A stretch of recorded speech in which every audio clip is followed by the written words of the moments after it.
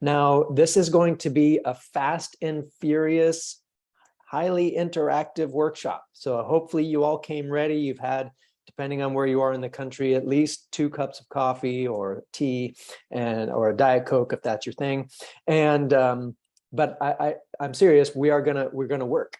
And what I've constructed this 90-minute workshop to be a little bit of intro and outro, but there are 4 20-minute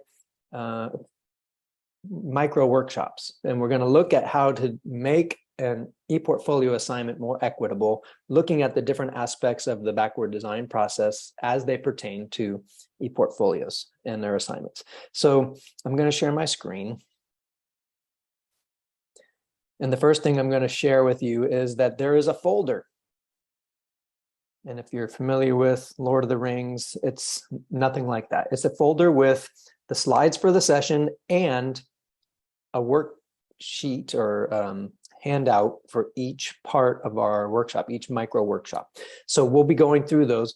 I'm going to be encouraging you to put in the chat the ideas that you're going to go through, but these worksheets are for you to take away so that you can actually start working on an ePortfolio assignment as a takeaway from this workshop. Let's get this party started in the immortal words of Pink. So I would love also to know who's here. And I know it's a small group today, so don't hesitate to interrupt with questions. But it'd be nice to know who you are, where you are, how you're doing, what drew you to this workshop, any of the question words, why, how, what. But please introduce yourself so that I know where you are and what you're up to. And then as you do that, just give you a little bit of background. So in order to think about equity, I wanted to view the teaching and learning process through multiple lenses. And so one that comes to mind right away is Universal Design for Learning, which you may be familiar with, and I'll describe in more detail if you haven't. The next is a framework that I created when I worked with a community college district to create the online equity rubric. And that stemmed from going through loads of research, hundreds of articles about equity-based issues or challenges that students face that negatively impact their learning, their motivation, their opportunities, their achievement, and equity-focused interventions that different people or colleges have tried that have positively impacted students' motivation, achievement, success, retention, all that good stuff. The last lens that we'll use, and when I say lens, I'm thinking when you're at the eye doctor, right? And they put a lens in front of you and say, is it fuzzy now or is it clear? Is it crisp? Is it fuzzy? And so we're going to do the same thing. Some of these lenses may or may not make sense for specific circumstances when we think about the through line of an ePortfolio assignment, but it's a nice exercise to see what combinations of these lenses will help increase equity the most. So in a little bit more depth, love to see in the chat with a yes, no, or not quite sure. How many people have heard of Universal Design for Learning before? See, yes, no, maybe so. All right, so we've got some no's and some yeses. So just kind of weaving the thread through the middle, Universal Design for Learning is a set of principles designed by the Center for Applied Science for Technology, and they are Applied Special Technology, I believe it is, CAST.org. And their whole goal is to provide multiple pathways for students to succeed. A lot of people associate this only with students who have disabilities. So thinking about how we can provide multiple pathways by addressing the needs of a student who's deaf might need captions, a student who's blind might need a screen reader, but it goes well beyond that. If you look at the research by groups like Microsoft and others, 60 to 70% of the population are served by accommodations that are generally considered accommodations for students with disabilities.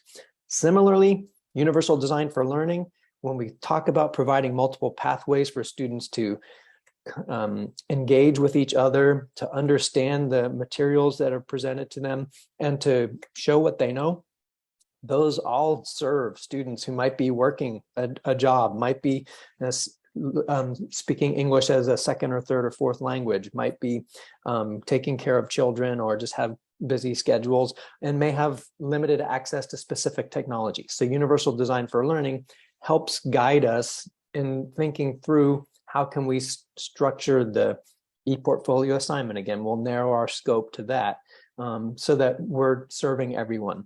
And there's a book out, a recent one by a colleague, Tom Tobin and Kirsten Bailing, and it's called Reach Everyone, Teach Everyone. And it looks at Universal Design for Learning and higher ed specifically. But this one-page handout is on the CAST website, and it's handy.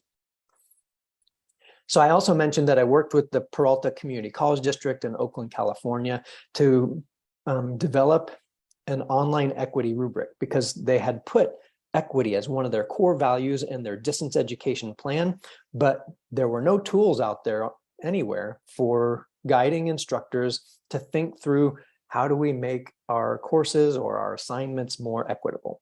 And so when I did the research to help construct that rubric, I found that there were a number of ideas that you can see on the x-axis, different aspects of the instructional process: engagement, reviewing content, assessment.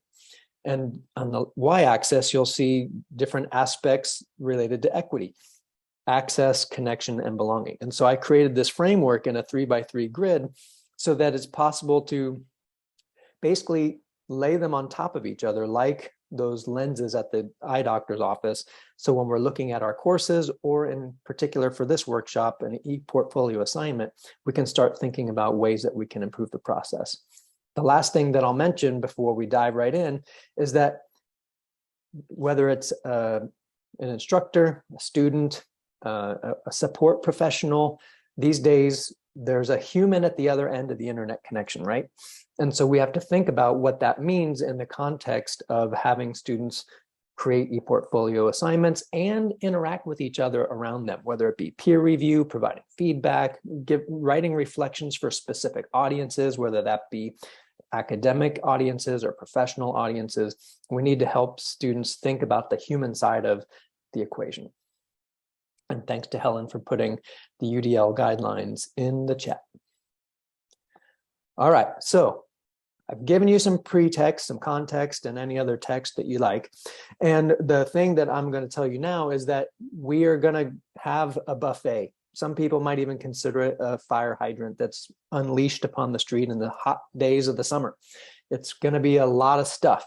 But even though I am keen on and make it my goal in life to have people walk away from a session like this with concrete strategies they can put into practice right away, I also want you to keep in mind that these strategies are examples. They're not exhaustive, and they're meant to be a way to access a mindset that we are not just checking off boxes on a list, but that we are going to adopt an equity-focused mindset that involves getting to know our students and what they need. And so hopefully we'll kind of bridge the gap and you'll get lots of concrete strategies, but you'll also begin thinking about your assignments for ePortfolio work in an equity context. All right, so there you go. We've got our different pieces of the puzzle. And so we're going to dive into, again, using the backward design process, having students show what they know, having them get a chance to practice and interact with one another, with the instructor and the content. Then the content itself, how do we make the review processes more equitable, regardless of what the content formats are? And last but not least, many people don't include it in backward design, but I included it because I think it's important. How do we write instructions that make the process more equity focused from the start and let students know how we're supporting them? All right, so let's start with assessment. And again, we're going to be working on this. So I'm going to show some examples, but then I'm going to have you think through something in one of your classes. If you're an instructional designer who works with faculty, could think about a workshop, or something. If you're a campus administrator, think about something that you're maybe going to have portfolios related to accreditation or program review. But I want you to think about this in your context. So this isn't just a sit and listen session. I want you to figure out the best way possible that you can apply the ideas to something that you're working on. All right. So when we look at the column of assessment on that grid that I showed you before, the Design for Learning Equity grid. So when we cross assessment with access, we can think about that as a way to construct achievement pathways. And again, 3 bullets, not an exhaustive list, 3 ways we can do that. One is to provide just-in-time, inline links to the appropriate support. What do students need in order to be able to complete an assignment? Is it in our instructions, we're going to link to, let's say it's a research paper. Let's link to a library connection where students can use a chat or some other online mechanism, online form to ask for help researching topics or finding research about their topics. Could be, hey, this is a writing assignment, so here's a way to connect with the Writing Center. Hey, this is a STEM assignment. Here are the online tutors for our campus. So thinking about, hey, a lot of these things we often put in our syllabi, but if it's week 7, if it's week 10, do we really expect that our students are going to go back to that syllabus and find the support? Why not just put a couple links? In order to be successful with this assignment, here are some places you can go. Here's some people you can see. Next, when we think about access, we can think about providing alternative technology pathways for students to demonstrate achievement. Some students are using as their primary device or their only device a mobile phone or a smartphone, and others may be using a tablet. They may not have access to a desktop or a laptop. And so how do we make sure that those students can contribute, can show what they know in the same way or similar way, equivalent way as everybody else?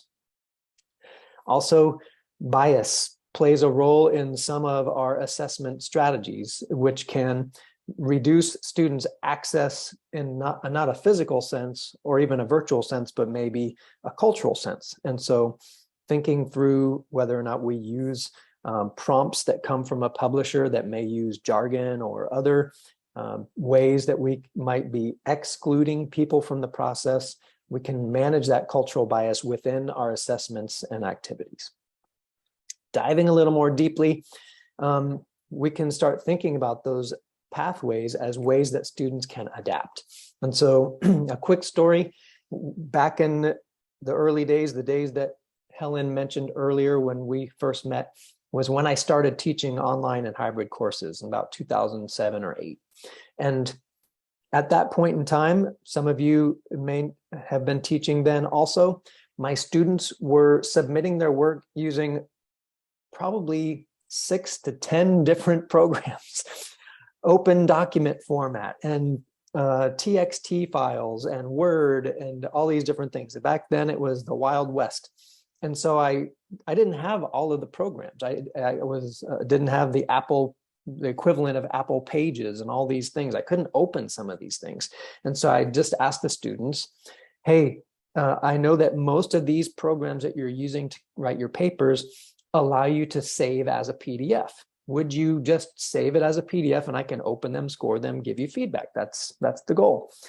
So I put that out there, and right away I got a message back from one of my students. He said, hey, professor, this class is called How to Learn with Your Mobile Device. Right now, I'm living in my car and I don't have a way to save files as a PDF on my iPhone. What should I do? And so immediately I cursed myself. I was mad that I'd created an equity barrier for that student. So I went back out to everyone and said, forget what I said. There's online converters. I'll figure it out. Submit your papers however you want. And for that particular student, I said, hey, here's a couple of different things we can do. If you feel safe at night, there's a 24-hour lab on campus. You can write your papers in the computer lab and submit them from there. If you don't want to give up the spot where you have your car parked, where you feel safe to sleep and all that, then maybe you can do something like use a Google Doc and just send me the link instead of sending me a file. Now, because I've gotten a little bit smarter as I've gotten a little bit older, maybe not smarter, but more experience is a better way to put it. I have created a Google Voice phone number, which is free, and students don't get my cell phone number, but now they can write their paper with pen and paper, and then they can read it to me like a book on tape through the voicemail on Google Voice, and I can grade it the same way with the same rubric, and often the Google Voice will convert their voicemail message to text for me, and I can just use that if I want. So starting to think about how we can address students, meet them where they are. And so other ways to do that, I tell students that, hey, if you don't want to type an entire paper with your thumbs, then get an app like Dragon Naturally Speaking, where you can basically speak it out loud and it turns it into digital text. Or, hey, you're doing problems for a STEM class, take a phone picture of the solution that you need help with from the TA or the instructor. And you're in a service learning course and you aren't ready to go back to live interactions with community organizations. Maybe there are some virtual opportunities to contribute. So finding those different adaptation pathways where they are able to complete the work and show what they know, and they're not limited by technology barriers or other. I also mentioned that submission formats are one way to increase access for students, especially when it comes to assignments that they might be creating for an e-portfolio. Over the years, I've been adding to my list of final formats that students can submit. I started with just a couple, and now you can see I've got a plethora of options here. But you'll notice that step one is they all still have to write a draft essay. And I do that because it helps them construct their argument and keep it tight. I don't know if any of you have offered students the option to do videos before, but if you don't ask them to write an outline at least, you'll get a 20-minute video that could have been 4 minutes. And so having them write a draft essay that answers the question prompts helps them come up with their ideas and then create something else like a video, like an infographic, or if they choose not to go out into the multimedia universe, then they can just write the rest of the essay. But this is a way to think about helping students with digital literacy and other aspects of what they might be required to do in the workforce. So I've been talking. Now I'd love for you to share your ideas. With respect to assessment, what are ways that you already try to increase access in those multiple senses for your assignments? Or what are ways that you might intend to or plan to increase access based on what you're hearing and some ideas that have formulated? So I'm going to be quiet for just a second. And I use hashtags for these chat activities so that we can create a chat summary at the end of the session. And the hashtags just let me know that we've moved on to another topic. So I'll put hashtag assessment and access.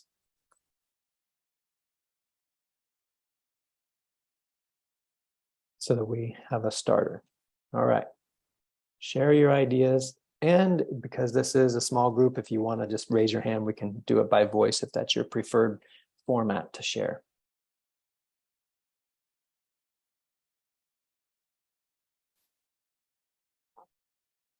All right. Doesn't need to be fully fleshed out, just really we're brainstorming right now. So bullets are fine.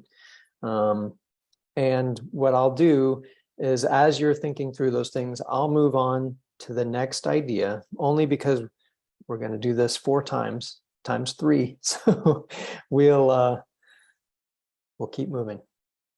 Anna says, or Anna, I like the idea of allowing students to read their work, right? Different formats. And there are tools out there that are free that allow students to turn speech to text, and then some that cost a little money, like the Dragon Naturally Speaking app.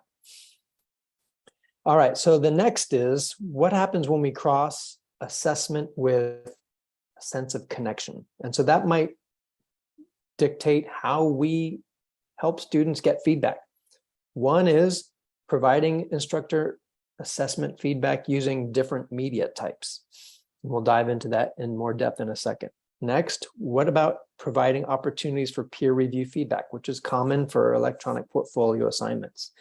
And third, something that we don't often think about are the prompts. So often we ask students to respond to our prompt with some artifact or some reflection or some thinking. And then we'll often say, now go give feedback to 2 other students, but we won't give them the same amount of detail about what that feedback should look like or how they should approach giving feedback. So we'll talk about that in a second. So there is some early literature, and there's only a couple articles, so I'm a fan of triangulation, so I'm not advocating that it's, you know, set in stone or anything, but there is evidence that using video or audio to give virtual feedback to students, that the students will apply the feedback to a future work or a revision of the original work, maybe more often than print feedback alone. So thinking about your feedback strategies, obviously it means doing things differently. I know some instructors said it's actually less time for them to pull up a student's paper and give feedback basically as a screencast video, and others feel like it takes a little bit more time because they like to go through the rubric first and then do the feedback. And so depending on how you feel about it, just consider that the format you give feedback may make a difference in whether or not students apply it or take the time to really get to know it. Also, referring to students' personal goals in your feedback. So in the beginning of a term, you might ask students to share, what are your goals for the class? What are your academic goals in general? And so by identifying those and maybe keeping them in a list somewhere with names that they want to be called, pronouns that they prefer, all that stuff, then you can refer back to it when you give feedback. Hey, I know that you want to enter the healthcare industry, and the skills that you've demonstrated here in this ePortfolio artifact show that you're well on your way to displaying the competencies that you're going to have to show when you're applying for jobs or what have you. And also including examples of what a student can improve or how the student can improve either for a revision or for a future assignment. Again, not just pointing out what they didn't do well, but giving them clear guidelines on next time I'd love to see this, more references, a better transition between points, all that stuff, a clearer summary of your goals. Also, providing students a universal design for learning suggests that we provide students different levels of challenge, different levels of difficulty. And so in my course, I have my modules that I call quests to gamify it a little bit.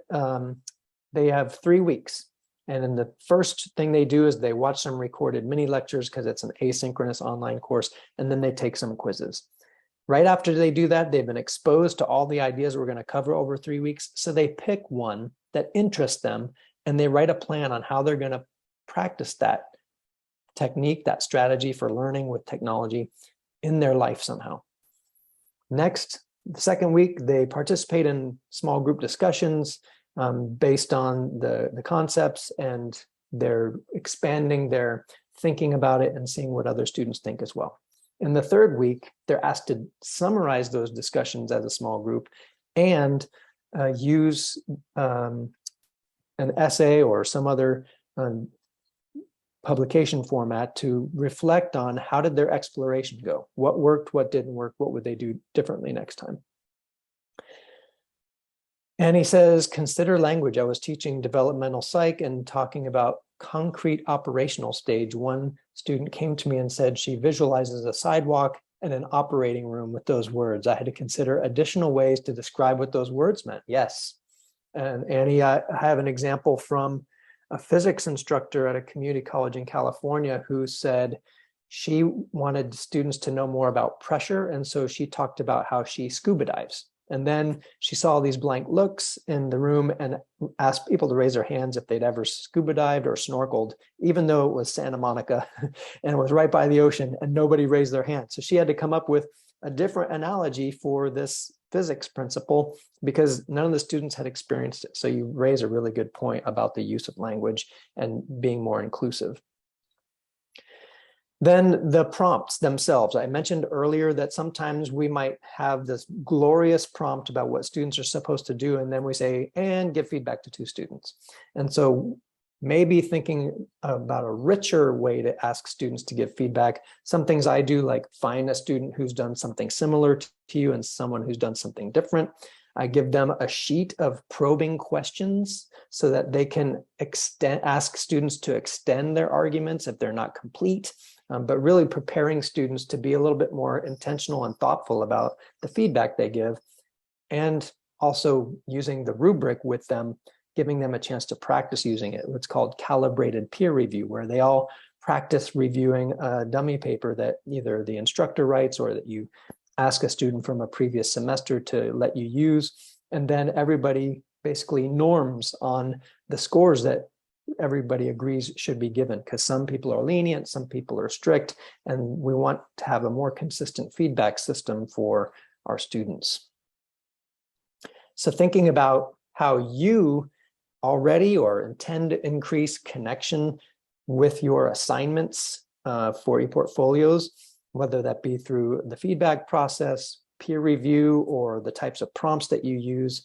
Again, please pop it in that worksheet and also share it in the chat.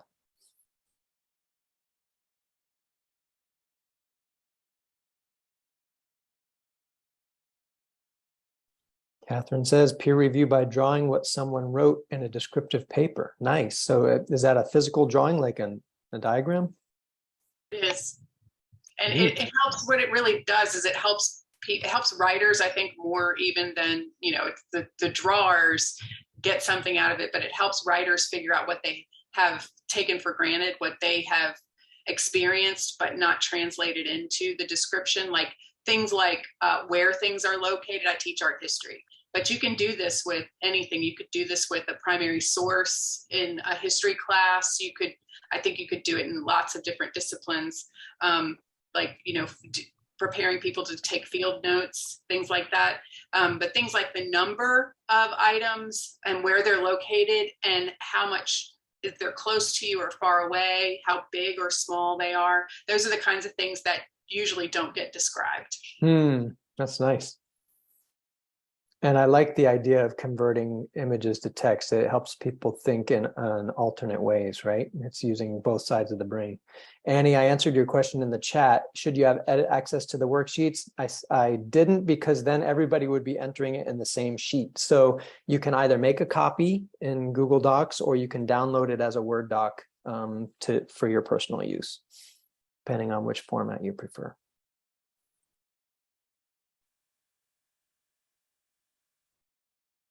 Great.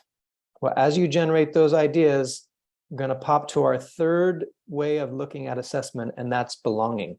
And in particular, we can see that through the assessment process, students often see a sense of belonging as whether or not they're able to continue moving forward in your course or the discipline, or even at a particular school. So we can increase students' sense of belonging, not only by helping them think through their assignments, but maybe even sharing their work at different levels, the course, the institution, the discipline, and maybe even the world.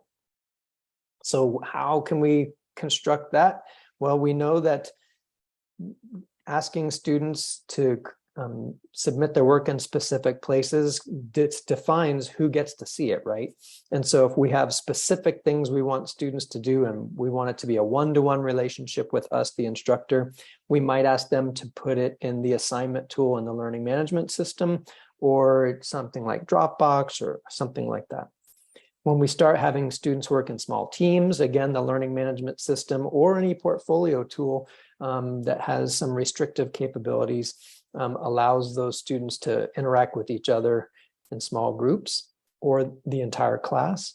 When we start pushing out to increasing the audience for a work product like an ePortfolio assignment, then it might be in some more public space, like an online gallery. I know an instructor who has an ornithology class that has the students submit their images of birds that they find on nature walks and Flickr.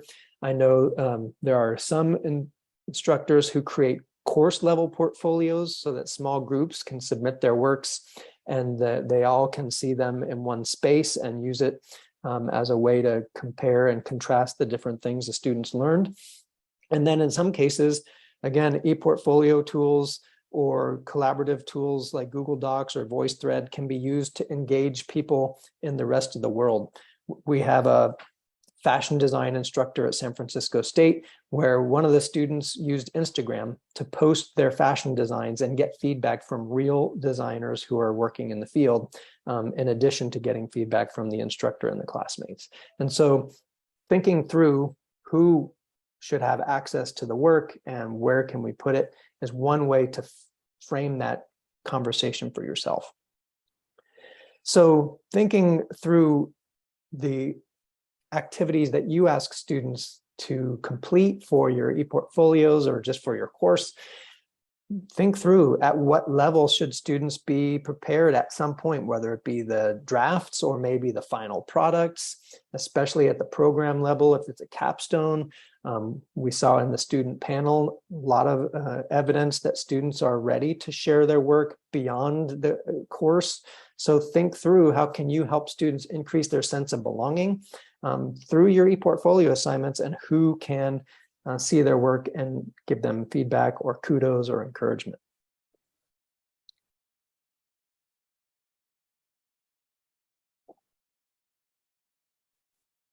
All right. So now hopefully you're on your way. You've started thinking about, again, we're using the backward design process for the benefit of Rebecca, who joined a little late. We're walking through backward design process with respect to an ePortfolio assignment and thinking about the equity considerations at each step. So we've just finished looking at assessment. How do we ask students to show what they know? And now we're going to hop into engagement. So we know that engagement could be student to student. We know there, especially if you teach an online or hybrid course, that regular and substantive interaction with the teacher. And then also some people consider student to content a type of interaction. So we'll look at all the different ways that students can engage. And again, that example I just gave at the end of the last section, where a student engaged with the people in the discipline, is another type of engagement that we can encourage. But thinking about this as a chance for students to practice, to get feedback before they submit things for a grade or final work is one way to characterize the difference. So when we cross the idea of engagement, again, with access, it might signify humanizing the environment in different ways.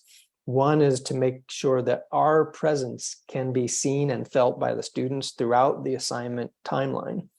Next, humanizing it by showing that diversity is valued, that we want every student to contribute, and then managing different types of implicit bias that might prevent students from engaging, period. So let's talk about small group work, which is one way that students can engage with one another, either at small groups or even throughout the course. Letting students know that it's the diversity of a group's membership, as well as what's called psychological safety, are the two biggest factors that Google research found contributes to a successful team solving a problem. So the more diverse a group it is and the safer people feel in contributing, that's where you get the best groups. So then thinking about that in terms of ePortfolio assignments and having students work in groups, then you might establish some norms that focus on those things. We want to draw on your diversity rather than try to find the commonalities, because it's those devil's advocate type conversations that lead you to new thinking and ways of solving the issue. Also, having them create safe spaces. I've seen it happen a couple times in this conference. The digital ethics task force presentations begin with a slide saying, hey, we're all going to work from a framework that we're going to challenge ideas, not people. We're going to respect each other. set some norms at the beginning of a conference presentation, which is rich and valuable. And it's something that we can do at the beginning of our courses as students learn to work in small groups. It might be their first time, especially if they're early in their academic career in higher ed, and they might be first generation students to boot. Also addressing the value of diversity of thinking. You can put that in not only in those norms, but also in your diversity statement, in your syllabus, or other ways of making sure students know that you're not only encouraging these, but you're expecting students to bring their background, their experiences to the class. I mentioned the implicit biases, and the Yale Center for Teaching and Learning, Poorvu, has a list of different implicit biases and even ways to check for them. But I think there are some in there that we don't often think about, like certain students know to seek help when they are struggling. During the pandemic, I witnessed a number of student-led panels and reviewed a lot of student survey research that showed that students who are most likely to need the help are least likely to self-advocate and ask for support. And so we need to destigmatize that process by talking about our own experiences going for help, building it into ePortfolio assignment instructions. Again, if we create a project with multiple milestones and benchmarks, one of those early ones could be, hey, for this research paper, I want everyone to go meet with the librarian. For this writing assignment, I want everyone to go check in with the Writing Center and see if they have a list of guidelines or things that will help. For this math or science project, I want everyone to go to check in with the tutoring center, just so you know where they are. Another way to do that is to have people give 5-minute guest lectures in your face-to-face or online course, so that you have tutors or librarians or other support professionals who are basically visible, so that students know that they are people they can access. Also, asking the students in mid-semester evaluation surveys and asking your peers, other instructors or instructional designers, to give you feedback about whether or not there might be some implicit biases at play. And again, I brought it up before, but it works in this context too. Co-creating with the students some class engagement norms that take implicit biases into account. So thinking about your own engagement strategies and how you might increase access, and I can see the sub hashtags course, institution, and discipline are a copy and paste mistake. My apologies. But think through the ideas that I shared before, like bias, like diversity, so that you can construct ways that you can make the engagement process more equitable. And again, access could also mean, do students have access to a reliable internet connection if they're being asked to connect with their classmates?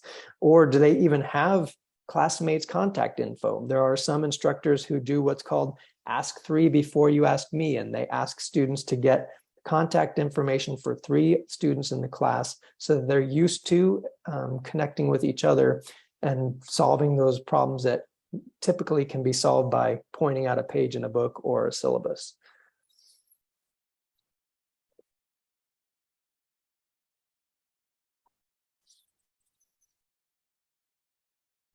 All right, and as you think through that, let's hop into how can we increase students' sense of connection with each other, with us as instructors, as part of the engagement process. And I see Annie for the last one. The library, thanks to the director, has received several grants to make iPads and laptops, as well as hotspots available to students who are off campus. That's great.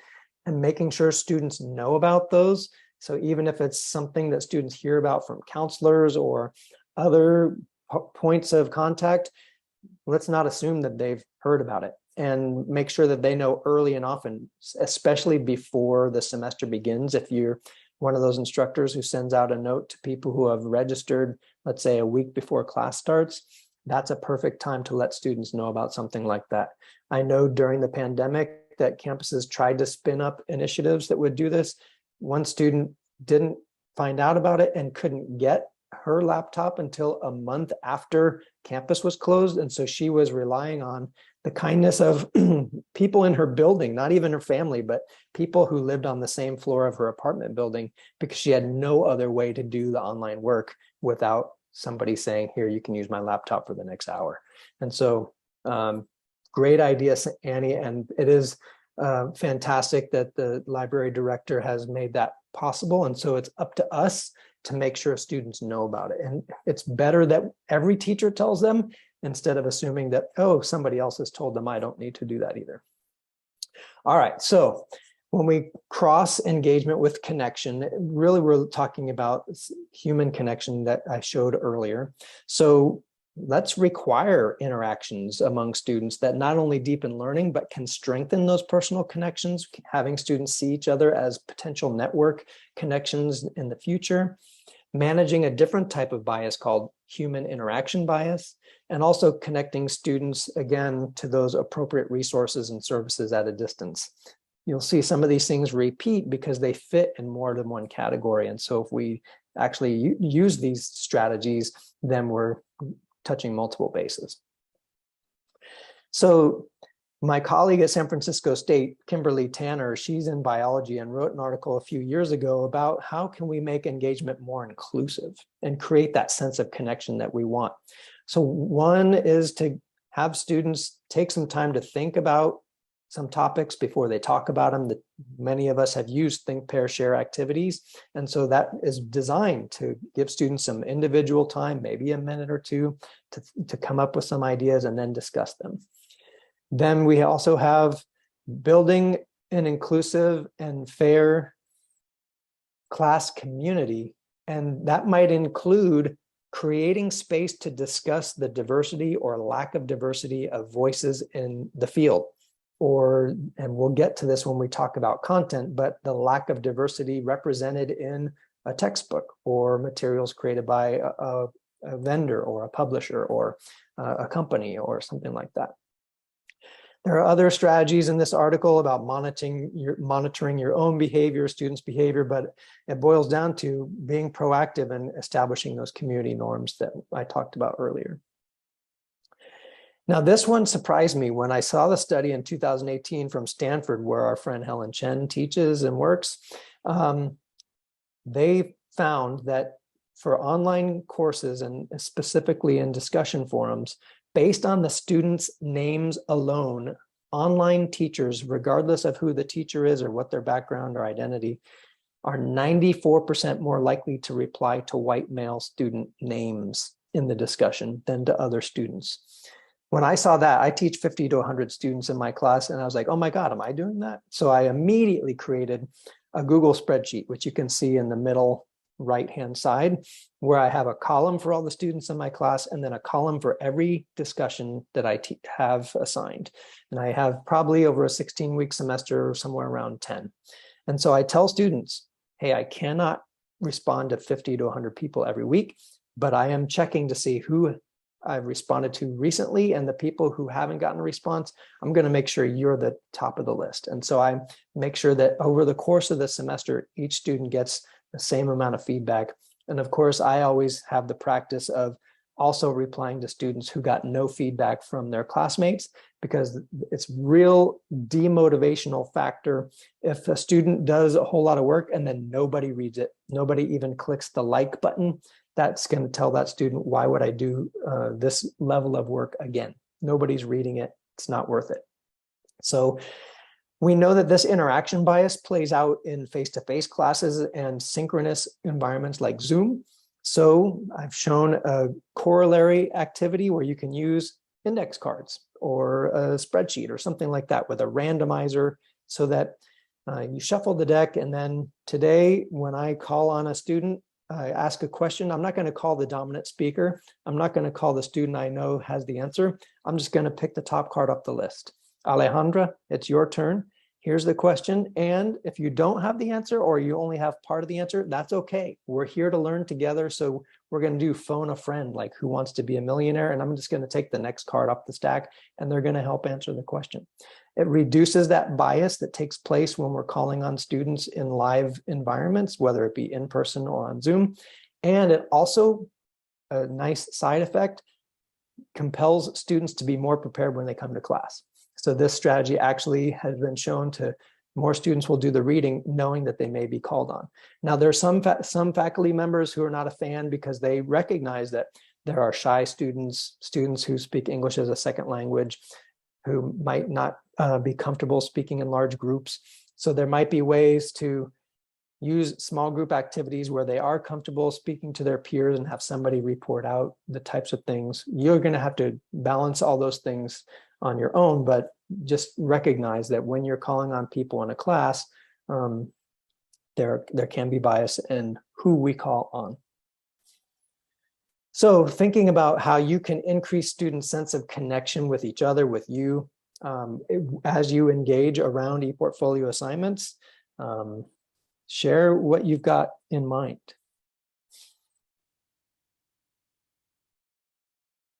Again, how are we making that activity more meaningful on a personal level? How are we addressing that interaction bias? Are we making sure students have access to the resources and services they need? And so on.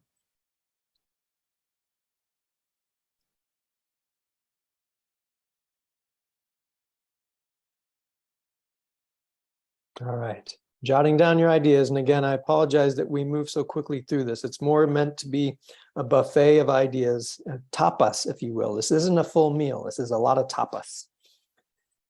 So now let's think about the third way we can look at equity with respect to engagement, and that's belonging. And so social belonging theories and research have shown that just encouraging individuals to participate. So that last example that I gave of using that spreadsheet to track my responses to students, I have found that it also helps me find the students who aren't participating.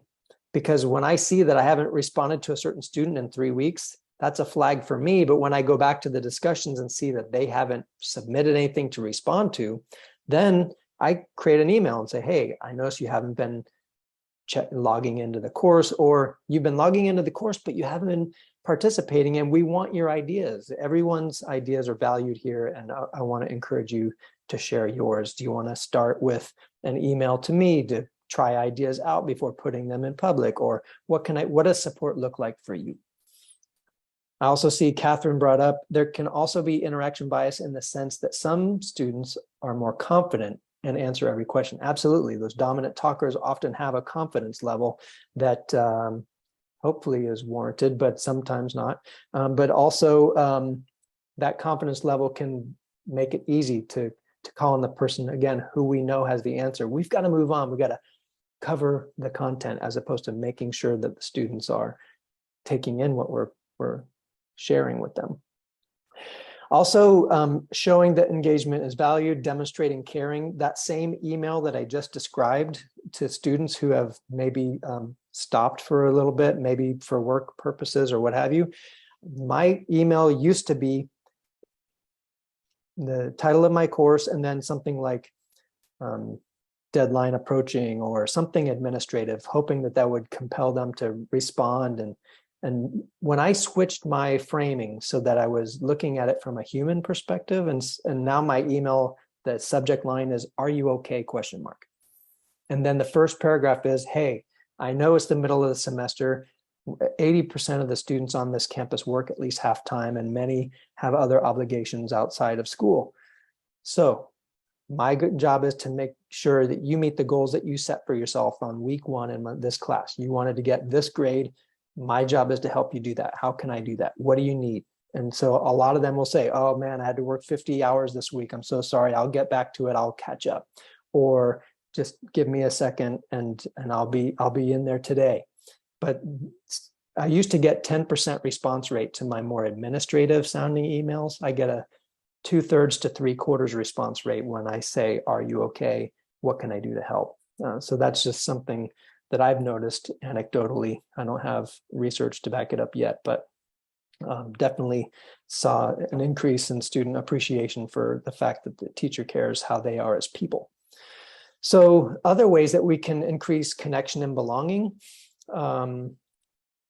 Some instructors like icebreakers for their courses, and so a way to help students participate in an online environment for that, especially when you're thinking about ePortfolio artifacts down the road, is having them identify a place or the location of a person who's important to them, or a location of something related to your course. I know a math instructor who says, hey, find a part of the world that you associate with and find a math concept that originated there. You know, the number 0 came from this country, the concept of algebra came from this country, and so on. In my class, I use a values affirmation activity so that students can basically think about their values and tie them to the course in some way. So I have a list of 50 values ranging from hard work to personal growth to commitment to creativity. And I say, pick the 3 that are most important to you right now. And if there are none on the list, then make up your own. But your assignment is to either write a brief blurb about how this value is going to help you succeed in this course, or how this course is going to help you live that value. And so after doing that, and the research from Kizelchek and colleagues shows that actually increases retention and success in online environments. So we can do that not only for our course, but we can do that with respect to ePortfolio assignments. Having them attach those values to the work they're doing can be another way to help them with motivation. Also, Universal Design for Learning talks about different specific strategies, scaffolding, collaboration, fostering motivation. And so there are easy ways to do this where you could do it all within one activity. You can see here in my class, the students I mentioned before participate in a team discussion, but then the next week they summarize it as a team. So it's not just a back and forth of ideas, but now they have to synthesize and work together to generate what are the things that we pulled away from this activity or reading or both. And so you can see I've connected it to the outcomes for the class, also connected it to things that might benefit them in their personal or professional lives. I provide templates and rubrics and examples of what it should look like. And so all of these things meet those Universal Design for Learning criteria of providing multiple pathways for students to succeed. So thinking about your own engagement activities in your class, and especially those that relate to your ePortfolio assignments, what are some ways that you can increase or already increase students' sense of belonging, whether that be some sort of encouragement, attaching values to the work, or demonstrating caring? Any of those things would be interesting to see what y'all are doing.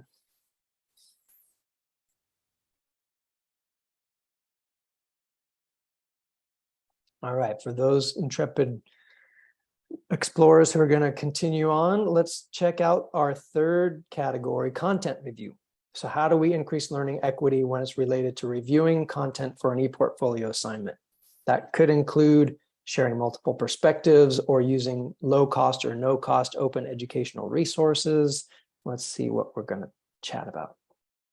So when we talk about access, there are the formats that we use that technologically can be barriers to access. But then when we get to the content itself, whether or not students feel represented in that content can also be a barrier. And we'll talk about the research for that in a second. So what images and media are used to reflect the diversity of learners in our classes? How do we manage something called image and representation bias?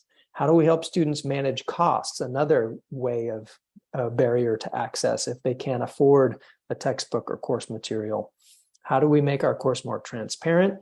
How do we create or use accessible course content? Again, a barrier to access is that students with disabilities can't review them for some reason. They're not redesigned or fixed to be accessible in particular ways. And Another type of access is, are they mobile friendly?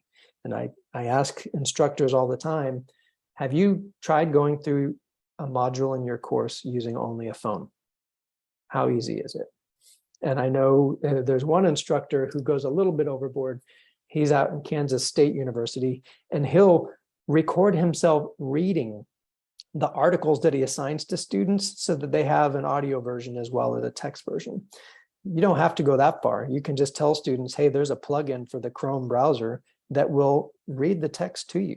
So there are ways that we can basically improve access to content by creating multiple formats, but increasing the level of representation, whether or not students see themselves in the course materials. So some of the things that we can do to support that access that I've already kind of mentioned. One is getting to know what our students need. So many instructors will do a little survey at the beginning of the term to find out, how are your students completing your course? And again, if it's an in-person course, that's a little bit easier, but you don't know what they're doing when they go home and review the materials or finish the homework or complete the activities. If our students are like 23% of the country, they don't have reliable access to the internet. So are we creating download packets so they don't have to click around and find all the things they need while they're in the parking lot at McDonald's or Starbucks or Panera, or in our parking lot on our campus where there's a nearby hotspot? Are we using multiple file formats? Have we tested on a mobile device? And are we using open educational resources or zero textbook cost materials?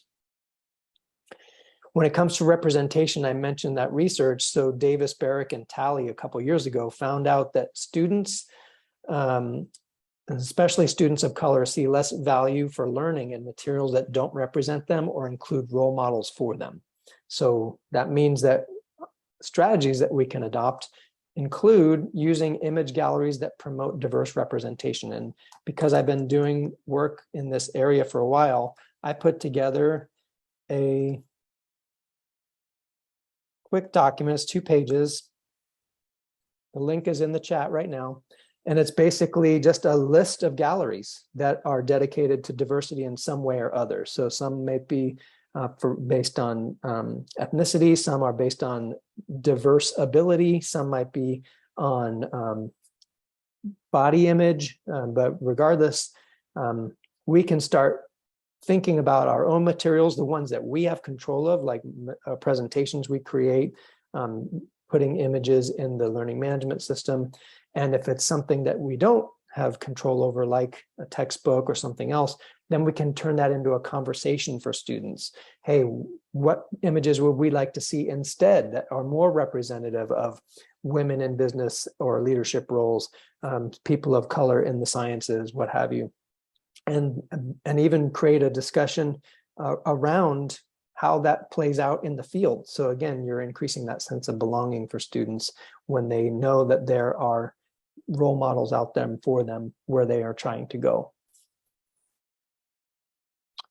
When it comes to accessibility, some strategies that I like to promote are in those norms that we work on at the beginning of the term, including accessibility as a conversation around those norms. So my class, I give them the option in discussion forums to either type your response or create a Flipgrid video. And I know Flipgrid recently changed their name to Flip. But I tell them that if you're going to use Flipgrid, it's got automated captions, which is great, but those captions aren't always perfect. So I give them the tutorial on how to fix the captions for their 3-minute video. It only takes a couple minutes to make sure that everything's going to be accurate for someone who needs the captions as an accommodation. Thanks, Katie. Don't forget to check out the recording for the other half. And another accessibility strategy, really easy to do, thinking about students with screen readers. On the left-hand side, you see a discussion forum, which we often use as an early way to get feedback about ePortfolio assignments, right? As a way to have students share what they're doing and get feedback from others before they post it to the ePortfolio. So look at the left-hand side and imagine you were listening to a screen reader. Synthesis discussion, synthesis discussion, discussion, synthesis, link, synthesis discussion. If you're listening to that, how are you going to know which one to click and read? Now, look at the one on the right where I've asked students to create a 5 to 7 word summary of their post or their reply to some other student's post. So reminders to keep me on track. Wolfram Alpha as a way to exit math class. Learning about rocks with purple X. Apple News for keeping me up to date. Now, this doesn't just help students who have an accessibility accommodation need. This helps everybody figure out which thread that they want to open up and provide feedback for. So again, we can be constructive and use these accessibility strategies to support everybody. So thinking about your own content review practices for your ePortfolio assignments, how can you increase access, whether it be through controlling the cost, increasing representation, making them more accessible, providing multiple formats? Think through access and content review.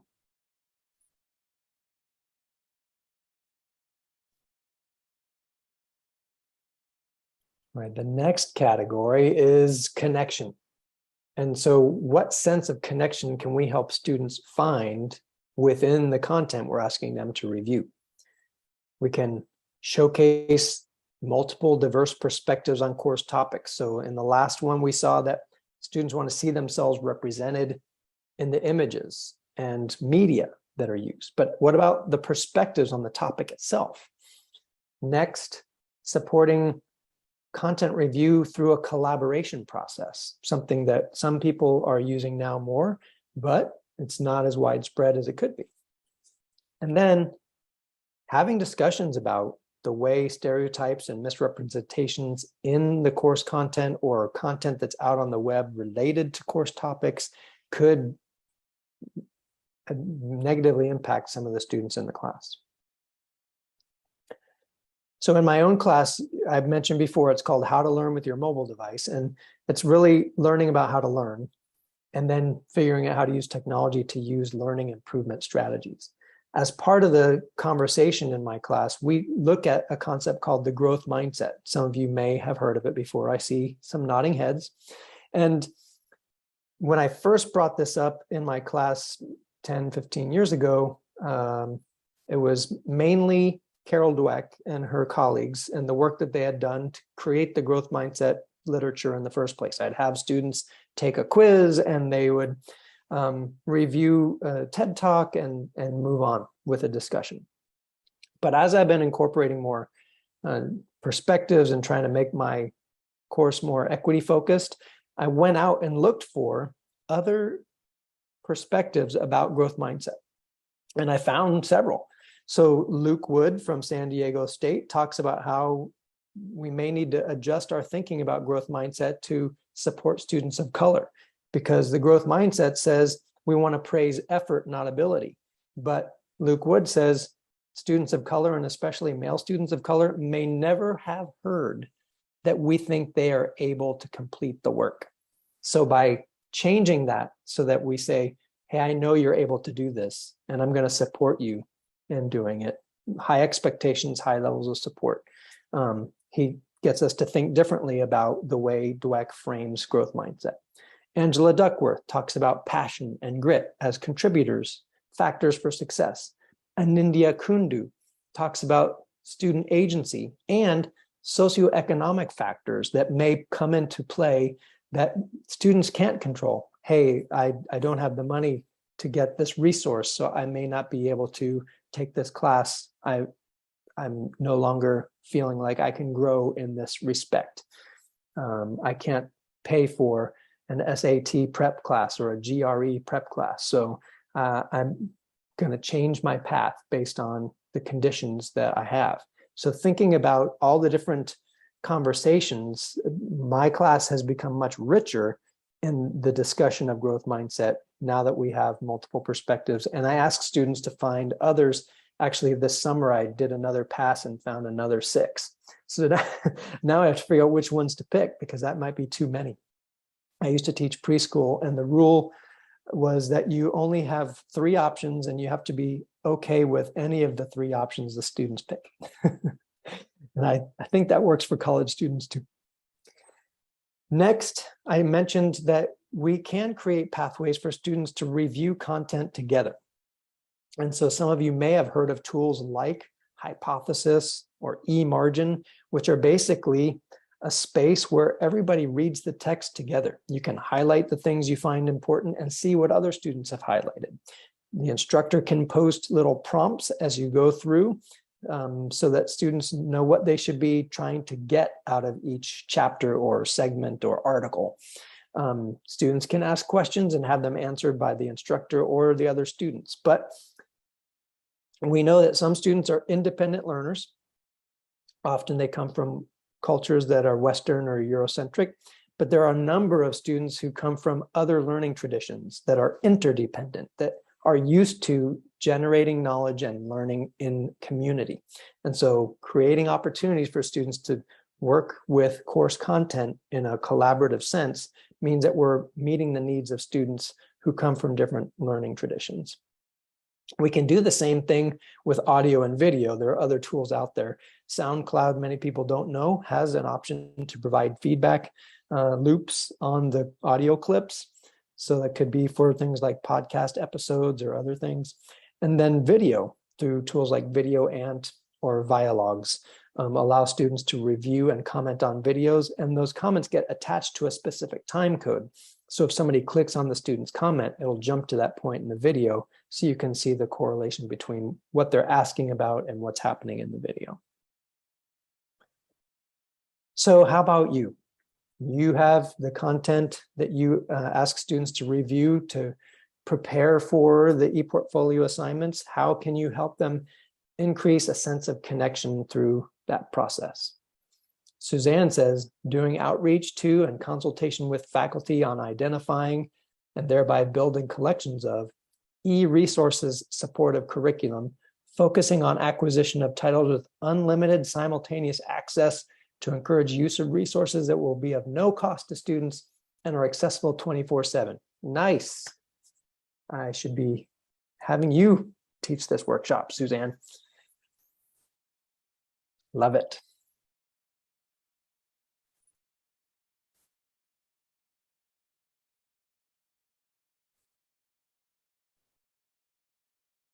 Okay, in spirit of time, I'm going to move to our last category here.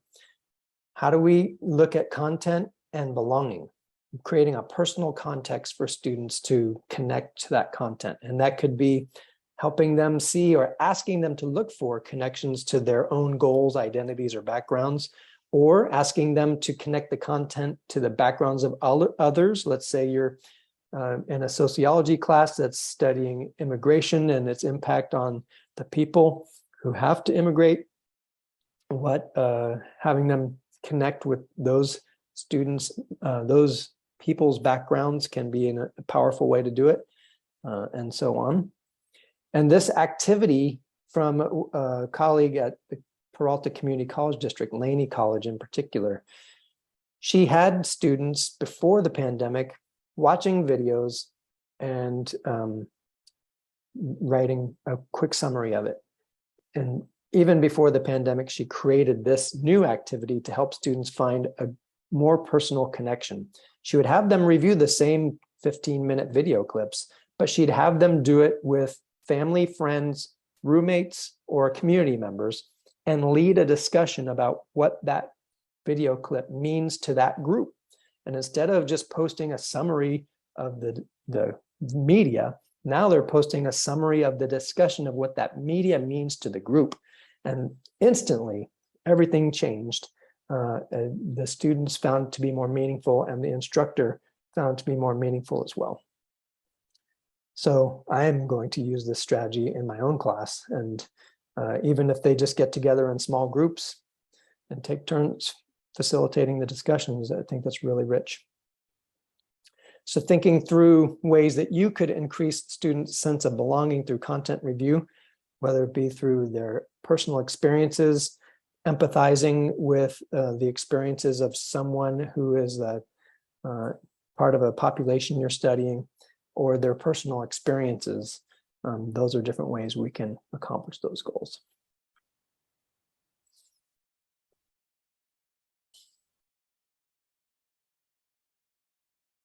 All right, we will move on to our fourth category then. How do we create instructions that take equity into account?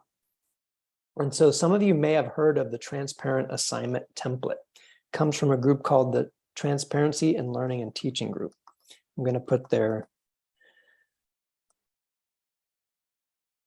link in the chat, tilthighered.org. And so they came up with this transparent assignment template. Ooh, Annie says, guest lectures from folks who represent other identities or backgrounds to discuss concepts in class. Perfect. Yes, that's another way to bring in those other perspectives, whether they be pre-recorded or pulling them in live. That's a great idea.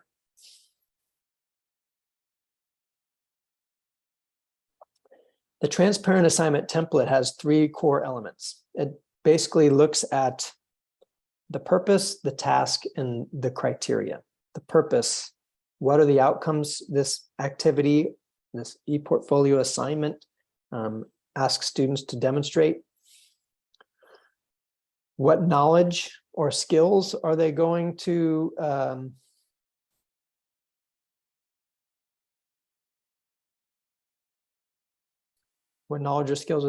demonstrate when they complete it, and how does it relate to their lives? The task often defines either a process, expectations of what students are going to produce, or both. And the criteria for being successful usually involves a checklist, a rubric, or an example of what it looks like at the end.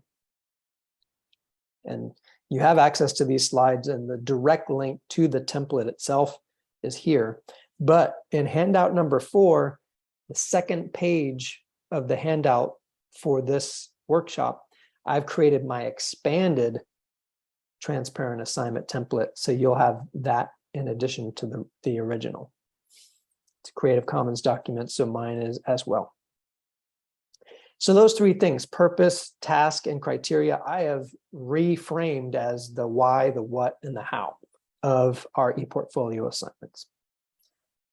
And so looking at one of my own assignments, in the middle, the what, students write a plan that outlines how they'll explore using social technologies to improve learning. That exploration should take 2 hours or more over 2 weeks, and the plan has to include both a learning strategy and a technology.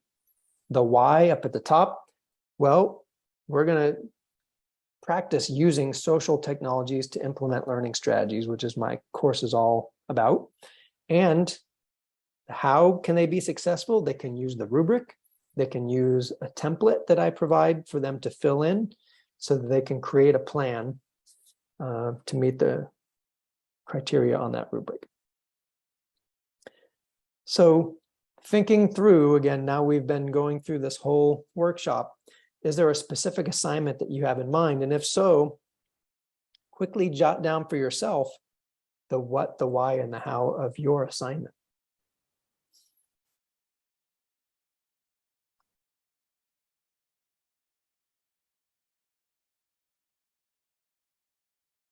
And we're going to expand on all these three as we go through the rest of this micro workshop. So you'll have more opportunities to write them down if you didn't get them all down just yet.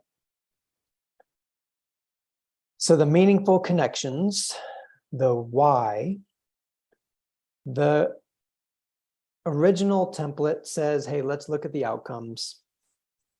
And in some senses, the personal context, but I am expanding it to include what professional or workforce applications might this assignment have for students? What knowledge, skills, and attitudes are they going to gain from completing this? And again, making it something students actively do. How does producing this artifact help you personally in some way? And he says the purpose can often be practice with the skill so that learners can apply them in a novel situation at a later date. Absolutely.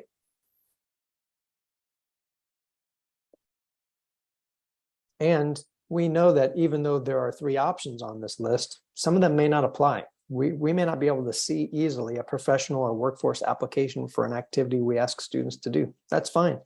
Just each time we have students complete an activity, though, think through, are there other things that would make this more meaningful to them?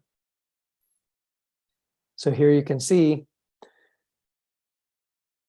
in the academic sense, outcomes, prerequisite for future studies, whether that be in your program or graduate work, knowledge, skills, and attitudes. In the workforce context or professional context, we want to point out relevant skills and knowledge, but we also want to point out, hey, there are discipline-based problem-solving techniques that you're going to get a chance to practice. Pulling back to what Annie said, this is a chance to practice. And Annie asks, do you ask students to explain why they're being asked to do an assignment? These are going in the instructions, so I typically am giving them a list of whys, but I think it's interesting to have them share their whys as well. So Annie, you now encourage me to maybe change my instructions a little bit. Let me know which ones are the most meaningful to you.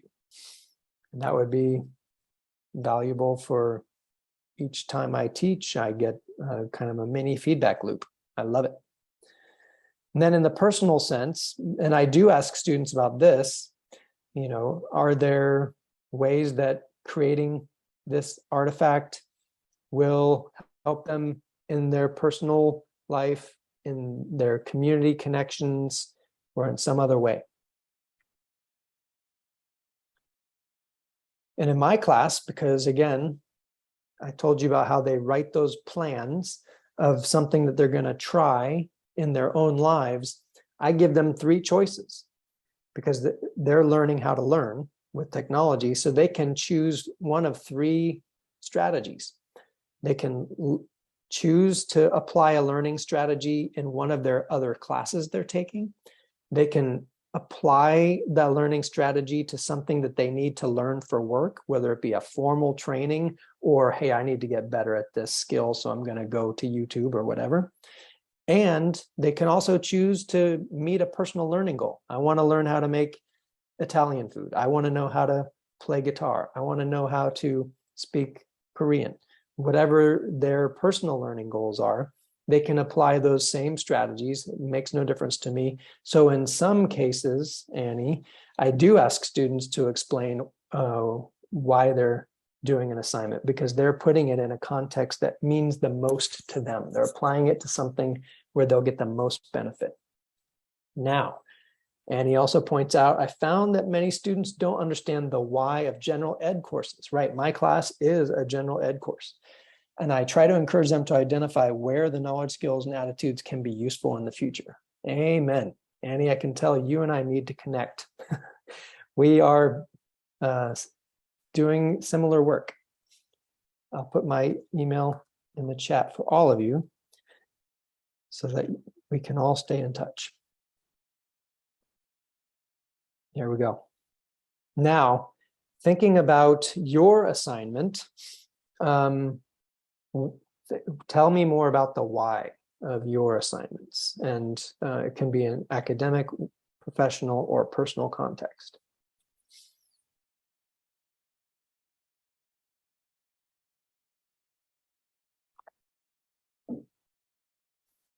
Now I'm aware this session may be slated to end at 11:30. I'm Pacific time, 2:30 Eastern. I think it's it might be 15 till the start of the hour. Oh, I'll double great. check the schedule. Yeah, so I Thank think it's goodness. I think it's 11:45. I was worried I was getting long-winded and I had missed my mark on how long these little micro sessions should take. Yeah, 11:45, Kevin. Perfect. All right, you're stuck with me for another 15 minutes, folks. All right, so as you think about the why of your assignment that you would put in the instructions and look to the chat, Annie's got some great ideas in there, especially for those of us teaching general ed courses.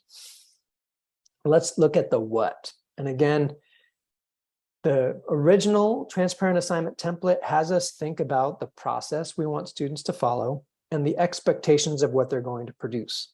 And I simply expand that by saying, what formats should they be using? In particular, my class, every quest ends with an argument to a specific audience. So when they're talking about social technologies, they're talking to their family, friends, and community members about how they believe or don't believe social technologies can improve learning. And so they get to pick the format that would be most relevant for presenting an argument to family, friends, and community members. Maybe it's video, maybe it's a blog post, maybe it's a social media post. It has to involve writing or a script of some kind, but later on, they're going to do the same thing, but they're going to present a case to college and university instructors. So that might be an essay. That might be something a little more formal. Then they're going to present something to future potential employers. What format would that take? So I expand the template to not only tell students the process they should follow, the expectations of what they'll produce, but giving them some choice around submission formats. And those of us in the ePortfolio sphere know that we can be talking about presenting the same artifacts to different audiences for different reasons. So then it might spill down to, what does your reflection look like? The artifact may be the same in multiple cases, but you might have a different reflection that lights up the runway for an employer, for a graduate application, for a friend, family member, and so on. So again, thinking about this transparent assignment template, how can we think about making sure students know what is the process they should complete, what are the expectations for what they should produce, and what formats are possible for them to use when they submit.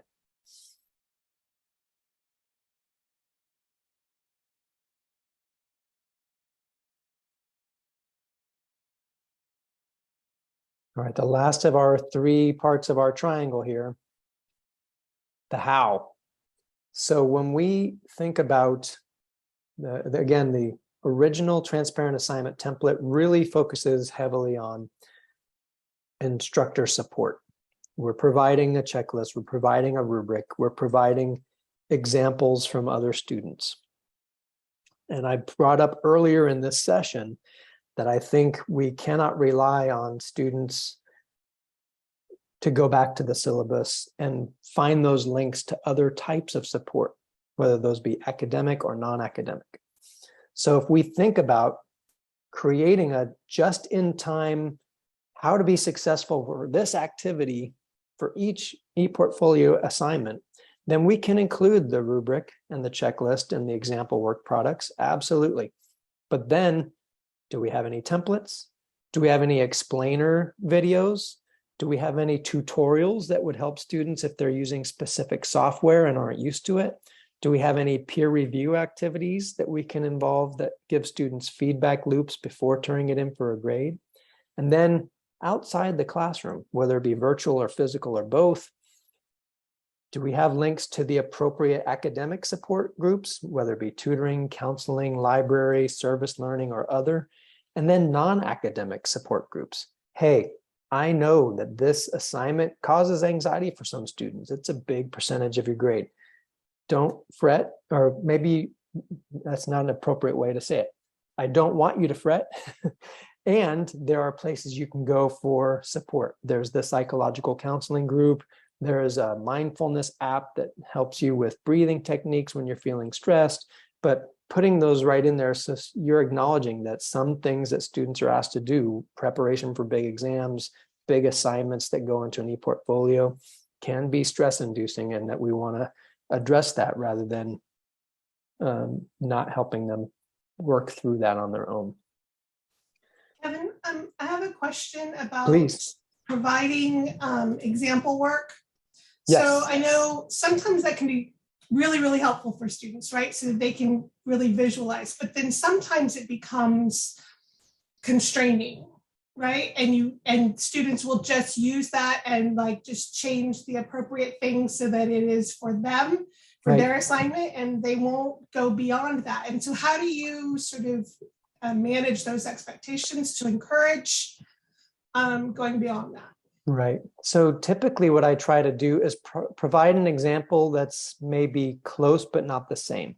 So it gives them an idea of the level of work required to complete something of that level, but it's not about the same topic. So that way they're not just tempted to change a few words here and there and turn in the same thing, but it does let them know, oh, I see, a 500-word essay is roughly a page in Microsoft Word.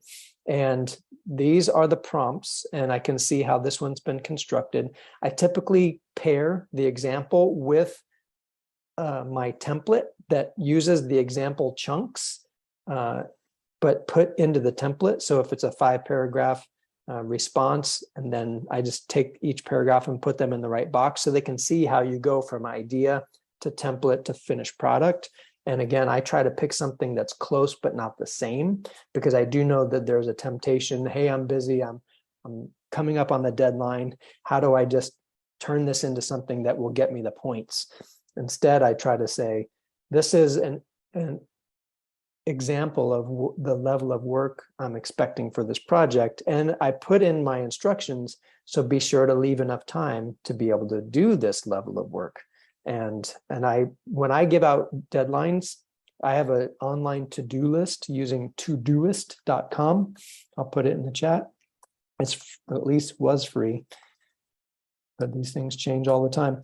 But in the to-do list, I include start dates, milestone dates, and due dates. And that way students have reminders, because Todoist will send reminders as each date comes up if they choose to use it. It's optional for them. And some students like the Microsoft Word checklist I've created just as much, but those students are attached to their phone. It's like stuck to the side of their head with Velcro. Then they like the fact that it goes ding. Today is the day you should be starting your project, and then ding, you should be this far along with your project, and then ding, your project's due tomorrow, and then ding, too late, it's over. And so the students appreciate, because one of the skills for self-directed learning we know is time management, right? And so we're giving them strategies to become more confident that they can manage their own time if we show them not only examples of the work, but how to get it done in a manner that makes sense. So rather than spending 2 hours in one day when you don't really have 2 hours, put 20 minutes 3 or 4 days in a row, and you've just knocked out different parts. And so I'm really pushing with my students, hey, this is iterative. So, and I don't use the words, but I point to Annie Lamott, who says, shitty first drafts, just get it down and then go back and fix it. And so I talk them through, hey, if this is an essay, then first just get the ideas down. Use a concept map, use an outlining tool, use something that's going to help you get your ideas down on paper. Then you need just to get it into some format. So I tell them, use that Dragon Naturally Speaking, use something that will turn those ideas into words. And then use editing tools like Grammarly or Edit Minion or something else, where you can basically then craft something that will meet the grammatical requirements that the general education course that has a writing component puts on all of us. I wasn't happy about that change, but hopefully that explains kind of my approach to it. And but I do recognize that by putting out examples, it can be a pro and a con. And so I usually try to use more than one, and I try to use it so that it's not an exact match to what they're expected to do, but it gives them an idea. And anybody else who's got strategies, I'm all ears, because I'm not the only one teaching in this world. All right. Suzanne says, support through virtual ePortfolio website and both peer-supported physical ePortfolio development studio and student technology and research support services. Also, links from the library course and subject guides, and librarian in-class instruction and out-of-class consultation. Look at all that support. Love it. Thank you, Suzanne. And I love the connections to the campus support groups like the library. They can be integral parts of our assignments, right? So I've given some ideas about expanding the template. And again, I encourage you to look at the 4th handout for this workshop, because you know what I'm going to do? I'm just going to break out of PowerPoint, yikes. And I'm going to show you what it looks like, because I just think it's the bee's knees. So here you can see in one page, we can create a nice clean synopsis of our assignments, the why, the what, the how. And I've added a 4th category because I love to cook. I have a time estimate for the assignments. The students can break down how much time do I need to do for each element. Okay, need to read the instructions. That's going to take me a few minutes. I need to review whatever course materials are associated with this assignment, because it's going to ask me to refer to course materials or things that I've researched on my own. Then I need to create a draft, again, that outlining idea, that finalization, the review with the rubric. So I give them all those so they can say, oh, I've got 15 minutes on a break from work. I can go review the course materials. I've got 20 minutes after I put the kids to bed. I can create a draft or whatever. I find that this has been a useful 4th element. I guess I should say it's when. We have the why, the what, the how, so we can have a when.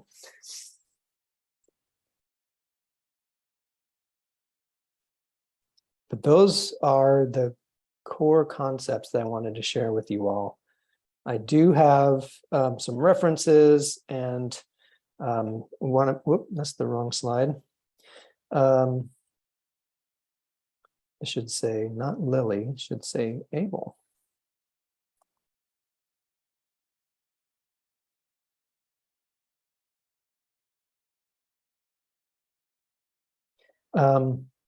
But we've got 5 whole minutes, thanks to Helen. And so I want to take a couple of those to see what questions you all have.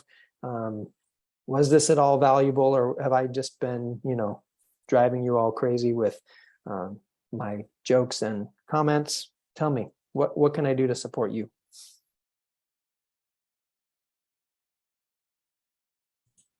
I have found this very helpful, and especially the resources about like representation in photos and other resources like that. Things I didn't know existed. So thank you. You're welcome. Glad they helped. And Linda says, great ideas and practical suggestions. And hopefully, Linda, you'll walk away also with that mindset that this list of ideas is just a start, and we have to check in with our students and find out what their needs are as well. That caution tape I had on the early part of the presentation.